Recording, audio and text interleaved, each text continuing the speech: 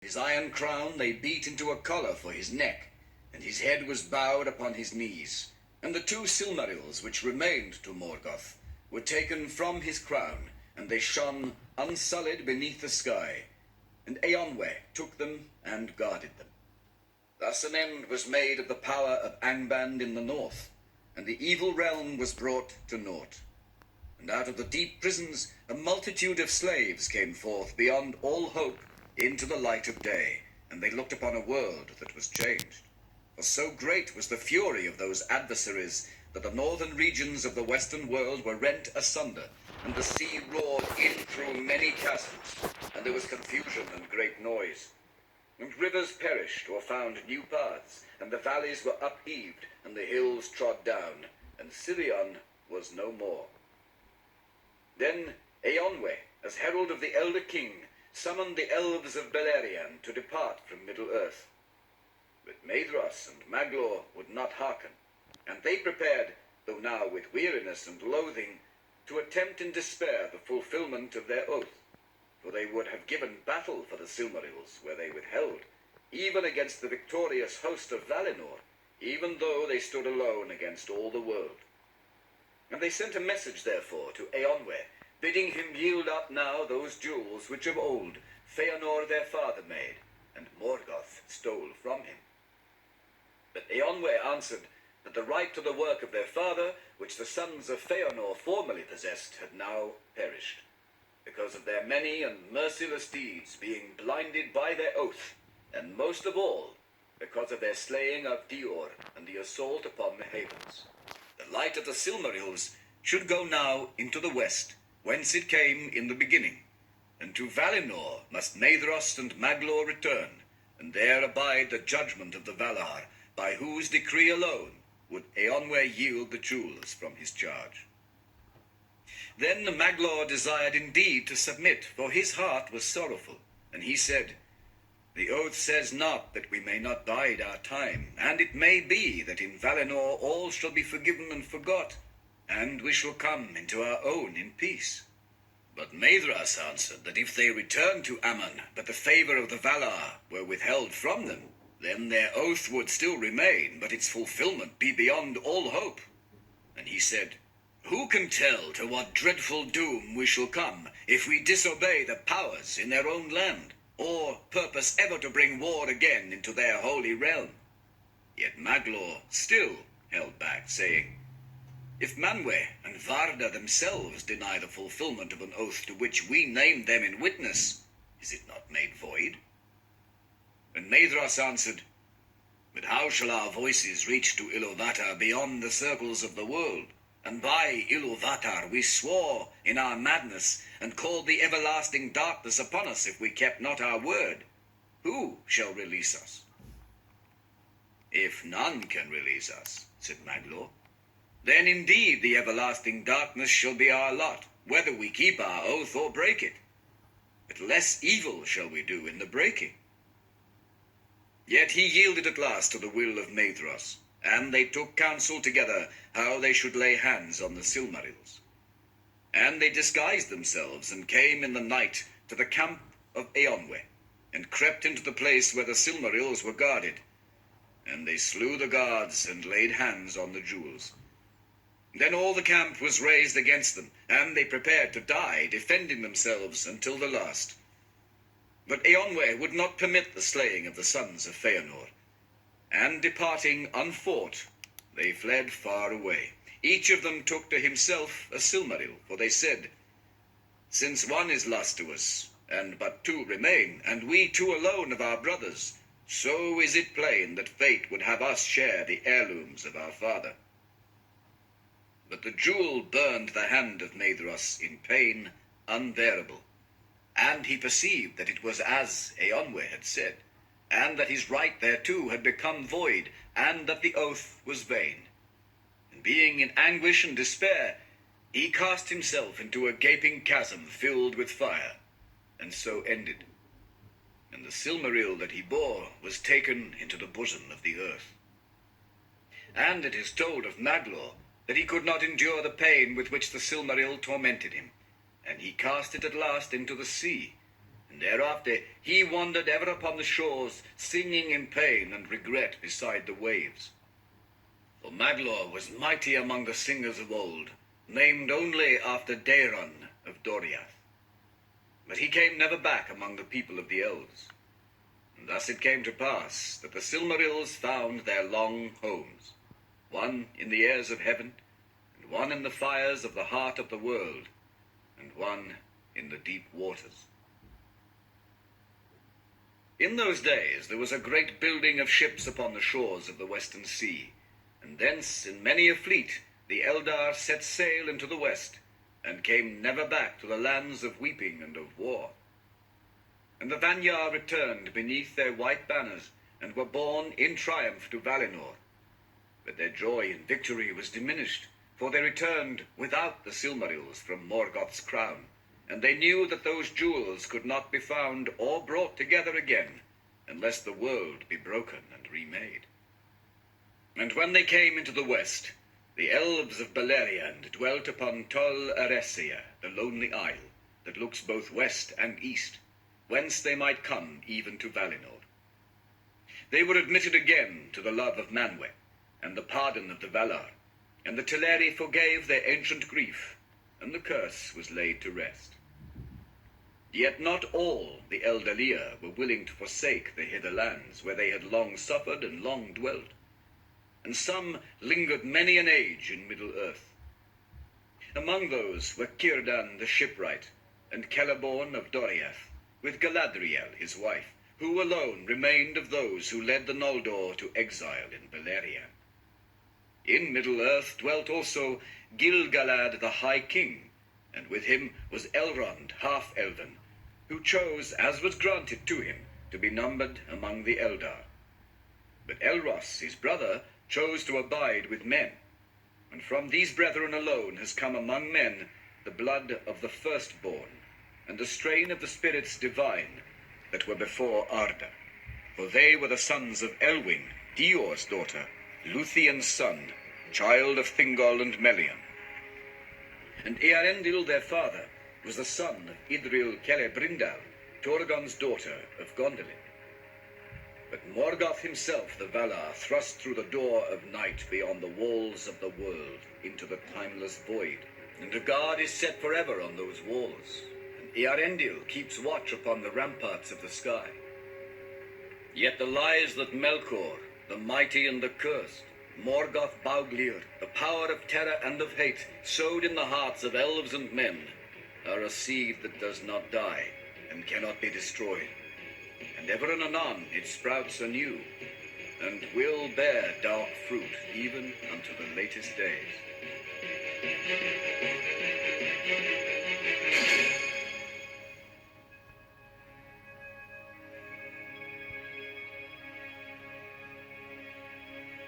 Here ends the Silmarillion.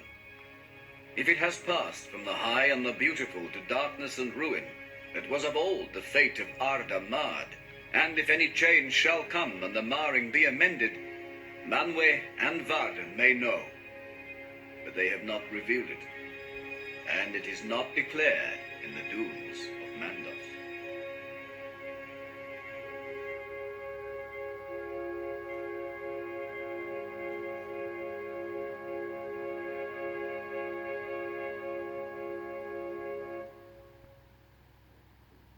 Akalabeth, the downfall of Númenor. It is said by the Eldar that men came into the world in the time of the shadow of Morgoth, and they fell swiftly under his dominion. For he sent his emissaries among them, and they listened to his evil and cunning words, and they worshipped the darkness, and yet feared it. But there were some that turned from evil, and left the lands of their kindred, and wandered ever westward. For they had heard a rumor that in the west there was a light which the shadow could not dim. The servants of Morgoth pursued them with hatred, and their ways were long and hard. Yet they came at last to the lands that look upon the sea, and they entered Beleriand in the days of the War of the Jewels. The Edain, these were named in the Sindarin tongue, and they became friends and allies of the Eldar, and did deeds of great valor in the war against Morgoth. Of them was sprung, upon the side of his fathers, bright Earendil. And in the lay of Earendil it is told how at the last, when the victory of Morgoth was almost complete, he built his ship Vingilot, that men called Rothinzil, and voyaged upon the unsailed seas, seeking ever for Valinor. For he desired to speak before the powers on behalf of the two kindreds, that the Valar might have pity on them, and send them help in their uttermost need.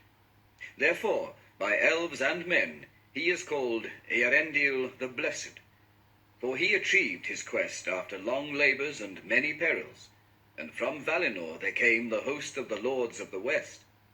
But Earendil came never back to the lands that he had loved. In the great battle, when at last Morgoth was overthrown, and Thangorodrim was broken, the Edain alone of the kindreds of men fought for the Valar, whereas many others fought for Morgoth. And after the victory of the lords of the west, those of the evil men who were not destroyed fled back into the east, where many of their race were still wandering in the unharvested lands, wild and lawless, refusing alike the summons of the Valar and of Morgoth. And the evil men came among them, and cast over them a shadow of fear, and they took them for kings. Then the Valar forsook for a time the men of Middle-earth, who had refused their summons, and had taken the friends of Morgoth to be their masters. And men dwelt in darkness, and were troubled by many evil things that Morgoth had devised in the days of his dominion. Demons and dragons and misshapen beasts, and the unclean orcs that are mockeries of the children of Iluvatar, and the lot of men was unhappy.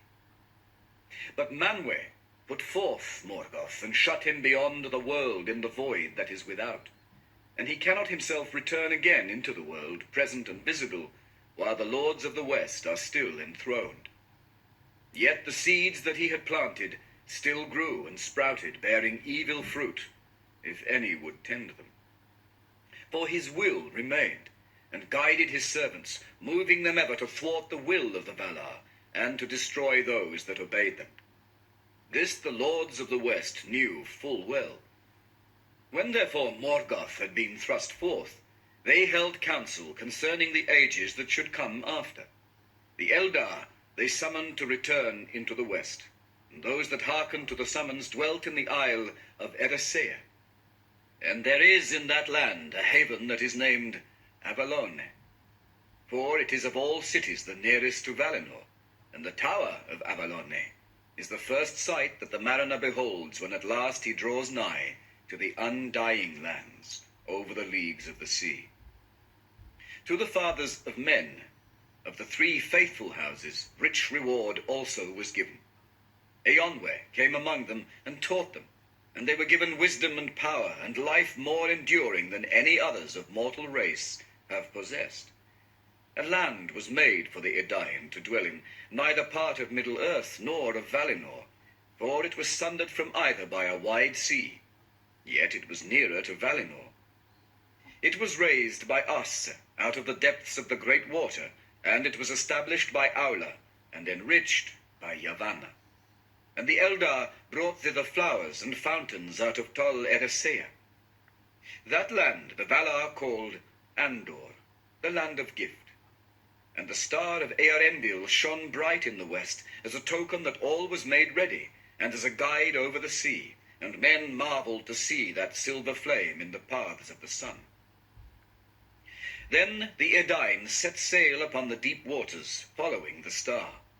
And the Valar laid a peace upon the sea for many days, and sent sunlight and a sailing wind, so that the waters glittered before the eyes of the Edain like rippling glass, and the foam flew like snow before the stems of their ships. But so bright was Rothinzil that even at morning men could see it glimmering in the west, and in the cloudless night it shone alone, for no other star could stand beside it. In setting their course towards it, the Edain came at last over leagues of sea, and saw afar the land that was prepared for them, Andor, the land of gift, shimmering in a golden haze. Then they went up out of the sea, and found a country fair and fruitful, and they were glad. And they called that land Elena, which is starwards, but also Anadune, which is westerness, Numenore, in the high Eldarin tongue. This was the beginning of that people that in the grey elven speech are called the Dunedain, the Numenorians, kings among men. But they did not thus escape from the doom of death that Iluvatar had set upon all mankind, and they were mortal still, though their years were long, and they knew no sickness ere the shadow fell upon them. Therefore they grew wise and glorious, and in all things more like to the firstborn than any other of the kindreds of men. And they were tall, taller than the tallest of the sons of Middle-earth, and the light of their eyes was like the bright stars. But their numbers increased only slowly in the land, for though daughters and sons were born to them, fairer than their fathers, yet their children were few. Of old, the chief city and haven of Numenor was in the midst of its western coasts, and it was called Andunia, because it faced the sunset. But in the midst of the land was a mountain tall and steep, and it was named the Meneltarma, the Pillar of Heaven, and upon it was a high place that was hallowed to Eru Iluvatar, and it was open and unroofed, and no other temple or fane was there in the land of the Numenorians. At the feet of the mountain were built the tombs of the kings, and hard by upon a hill was Armenelos, fairest of cities, and there stood the tower and the citadel that was raised by Elros, son of Eorendil, whom the Valar appointed to be the first king of the Dunedain. Now Elros and Elrond his brother were descended from the three houses of the Edain, but in part also both from the Eldar and the Maiar. For Idril of Gondolin and Luthien, daughter of Melian, were their foremothers.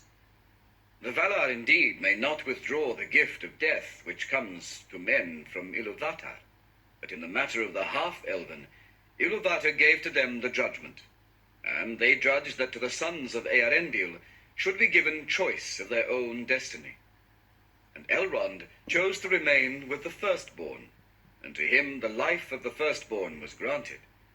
But to Elros, who chose to be a king of men, still a great span of years was allotted, many times that of the men of Middle-earth. And all his line, the kings and lords of the royal house, had long life, even according to the measure of the Numenorians. But Elros lived 500 years, and ruled the Numenorians 400 years and 10. Thus the years passed, and while Middle-earth went backward and light and wisdom faded, the Dunedain dwelt under the protection of the Valar, and in the friendship of the Eldar, and they increased in stature both of mind and body. For though this people used still their own speech, their kings and lords knew and spoke also the Elven tongue, which they had learned in the days of their alliance, and thus they held converse still with the Eldar, whether of Eressëa or of the westlands of Middle-earth. And the lore-masters among them learned also the high Eldarin tongue of the Blessed Realm, in which much story and song was preserved from the beginning of the world. And they made letters and scrolls and books, and wrote in them many things of wisdom and wonder in the high tide of their realm, of which all is now forgot. So it came to pass that, beside their own names, all the lords of the Numenorians had also Eldarin names, and the like with the cities and fair places that they founded in Numenor, and on the shores of the hither lands. For the Dunedain became mighty in crafts, so that if they had had the mind, they could easily have surpassed the evil kings of Middle-earth in the making of war and the forging of weapons. But they were become men of peace. Above all arts they nourished shipbuilding and seacraft, and they became mariners whose like shall never be again, since the world was diminished. And voyaging upon the wide seas was the chief feat and adventure of their hardy men in the gallant days of their youth. But the lords of Valinor forbade them to sail so far westward that the coasts of Numenor could no longer be seen. And for long the Dunedain were content, though they did not fully understand the purpose of this ban. But the design of Manwë was that the Numenorians should not be tempted to seek for the blessed realm, nor desire to overpass the limits set to their bliss, becoming enamored of the immortality of the Valar, and the Eldar, and the lands where all things endure. For in those days Valinor still remained in the world visible, and there Ilúvatar permitted the Valar to maintain upon earth an abiding place, a memorial of that which might have been if Morgoth had not cast his shadow on the world. This the Númenóreans knew full well, and at times, when all the air was clear and the sun was in the east, they would look out and descry far off in the west a city white shining on a distant shore, and a great harbour and a tower. For in those days the Númenóreans were far-sighted. Yet even so it was only the keenest eyes among them that could see this vision from the Meneltarma, maybe, or from some tall ship that lay off their western coast as far as it was lawful for them to go. For they did not dare to break the ban of the lords of the west. But the wise among them knew that this distant land was not indeed the blessed realm of Valinor, but was Avalonne, the haven of the Eldar upon Eressëa, easternmost of the undying lands. And thence at times the firstborn still would come sailing to Númenor in oarless boats as white birds flying from the sunset.